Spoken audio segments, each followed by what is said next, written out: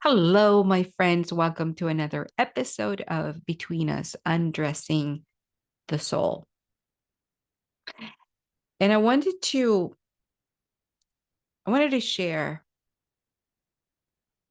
and I want to invite you to talk about self-love again, because I see this as something that is a theme that is constant, not only with all my clients and in all my retreats, but it is an everyday subject topic that comes up often. And it's a space that is very vulnerable, very, very vulnerable, because not once in 8 years that I've been coaching, when we go into childhood, into healing the ancestral lineage and childhood wounds, not once there has been a dry eye in the one-on-one sessions, group sessions, retreats, like I shared. And so it is very important to reiterate the importance of loving ourselves, especially now. We're in the middle of February, and soon, probably a week and a half, we're going to have Valentine's, right? And we equate being loved and feel loved and accepted based on the fact that we have somebody in our lives that loves us. We seldom give the importance of loving ourselves, of giving what we need. We hope and we chase and we dream about having somebody giving us everything that we need. Anais Nin says, we do not see the world as it is, we see it as we are. We do not see the world as it is, we see it as we are. So what if you change your perspective and your perception, and for once you imagine loving yourself and not needing anyone to love you, validate you, accept you, embrace you, but yourself? How does that look like? How about you love yourself unconditionally? How does that look like for you? You know, the other day, I had business with a soul retreat, 1-day retreat here at my studio. And I asked the women, who are you? And for some, it was a very challenging, difficult question, to the point that the page was blank. Because we don't know who we are. And so if we don't know who we are, how can we say that we love another? If we don't know who we are, we don't love the person that we are. We don't love the person that we see in our reflection in the mirror. If we don't love this physical body, if we don't love how we think, what we do, what we say, if we don't love the person we've become, because if we don't even know who that is, how can we love another? And that includes our kids, our spouse, partner, our friends, our colleagues, our jobs. And how can they love us? What version do they love? Do they love the mask? Do they love the shield, the wall that we have put up? What happens if you knock down the walls? Will you knock down the shields? You put down the swords that you've been fighting all day, all your life? Who's going to be behind the veils? Are they going to love that person? Oof. Are they? And I bet that that's exactly what you're afraid of. Are they going to still love that person, that you, behind it all? So imagine today you strip it all. You strip the roles that you've chosen, the hats that you've chosen to put on as a mother, wife, partner, professional, CEO, director, boss lady, all those titles and all those roles that you have chosen to wear throughout your life, and you remove them all, and you're in an island completely naked, nothing, just you. Who are you? Who are you? What do you love? What would you like to do? But more importantly, who would you love to be? To be. That's the question. That's the beginning of embarking on that journey of self-love.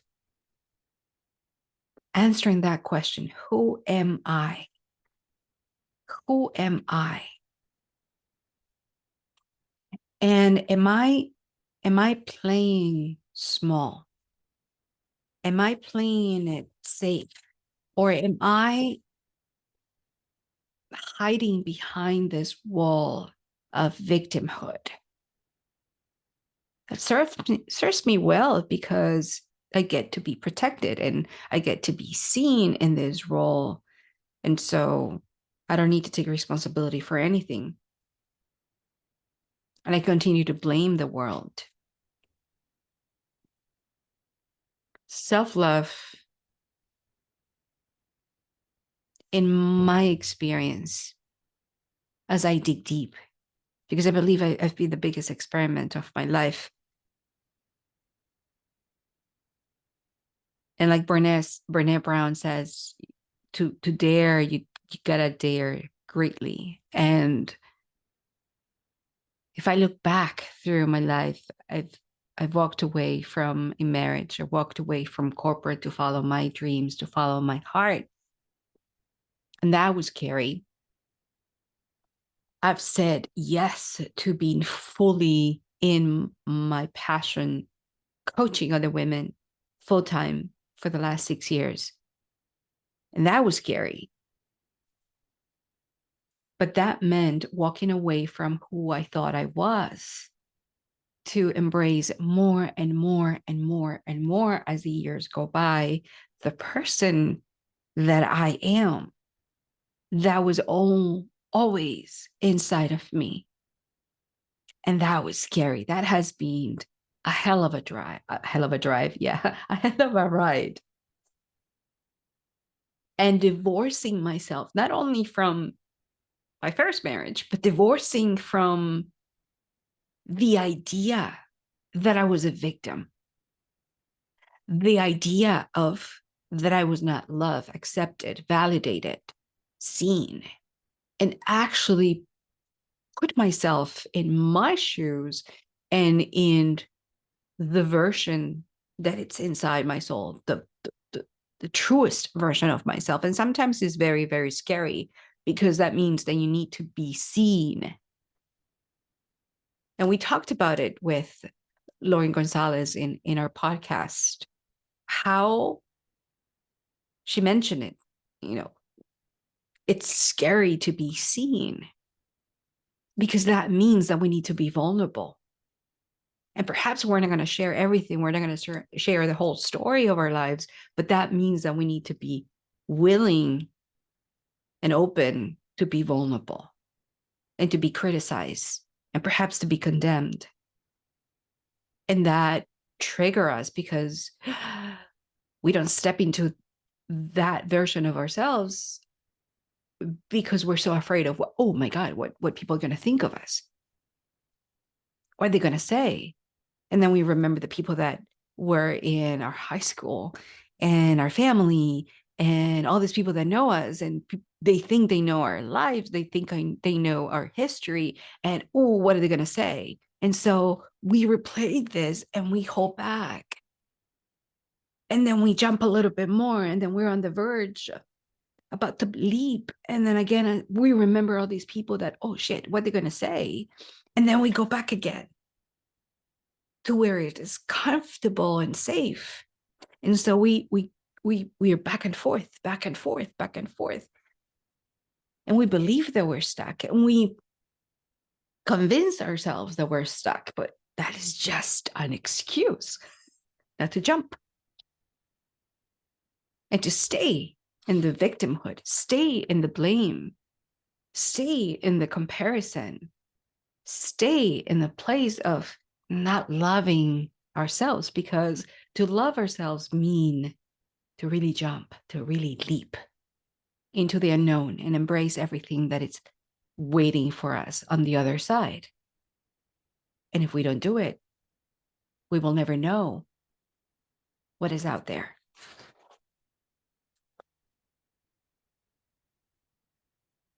I would like to invite you today to answer just that one question. Who are you? Who are you without the roles? And that's a question that is going to be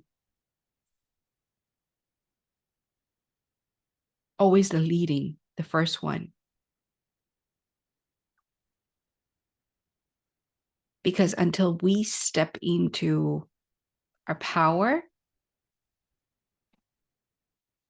unafraid to ask for what we need, unafraid to ask for what we want, to honor our values,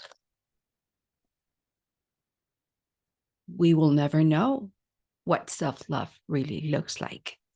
And we will never feel, and we will never find out who we really are.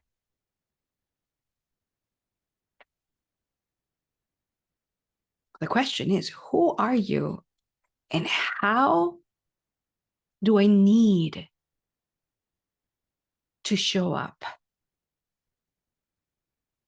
to be that woman, to be that goddess that is within myself, that I know it's there, with all my unique gifts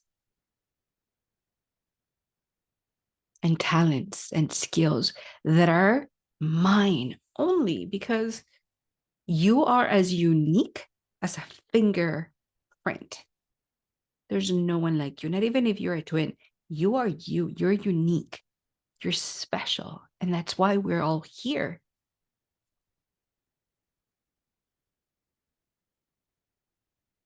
We just need to find out our genius. Be unafraid.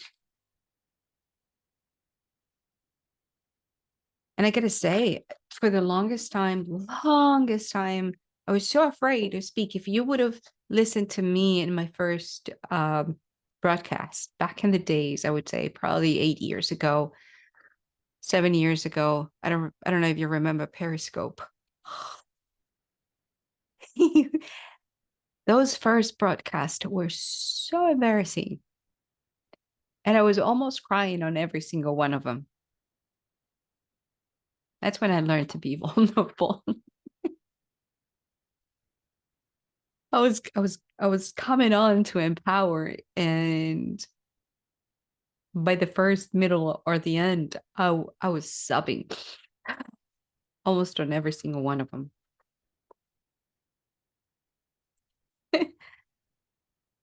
But it was about showing up and showing up and showing up again and again and again and again and again. And it was more about empowering myself. It was more about overcoming my fear to be seen, to be heard. And later I understood, I recognized that my voice was my medicine. My voice and the messages that I was channeling connected to my higher self and connected to my masters and the light beings and the light guides and archangels were the ones that were guiding me. And I was not me. It would be arrogant of me to think that it was me who was serving. And when I understood that I was just an instrument, that I've been used by this energy that it's untangible. It's you can't touch, you can't grab, you can't see. Then I was ready to let go of ego and just allow myself to be guided. And when you let yourself to be guided, magic happens.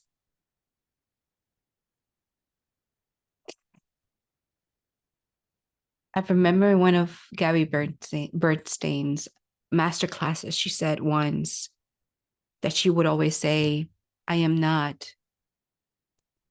a woman. I am not a man. I'm not a woman. I'm not a man. I'm not a human. I am a teacher. And she would always say that before a podcast, a session. And so I adopted that. Every time I would go into a session, I would remove myself from my humanness and embody the teacher that at that moment wanted to channel.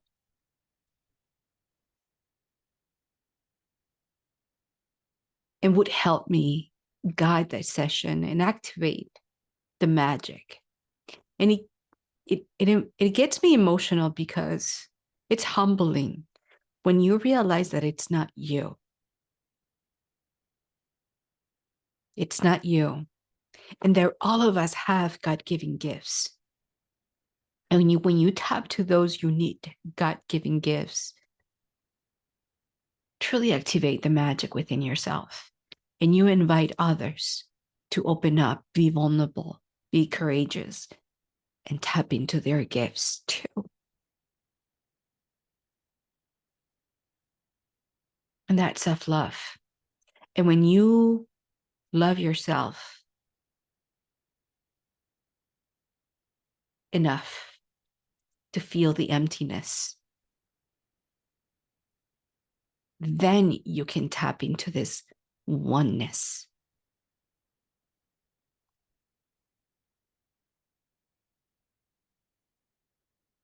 And feel and sense and see and experience the miracles of life. But that only happens when you allow yourself to love, accept, and embrace yourself wholeheartedly. When you invite yourself to heal the little girl in you, the one that believed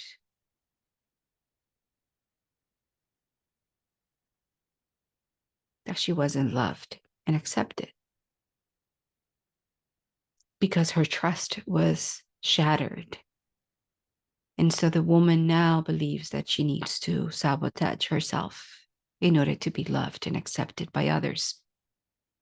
When all along, all you needed to do was to love and see the needs and wants of that little girl that lives inside of you.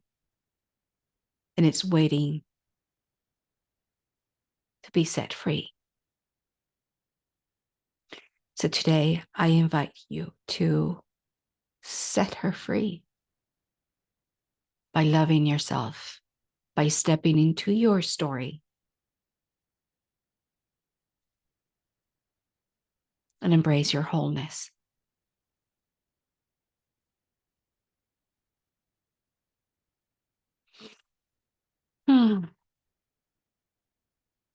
Happy Valentine's Day to all of you courageous women.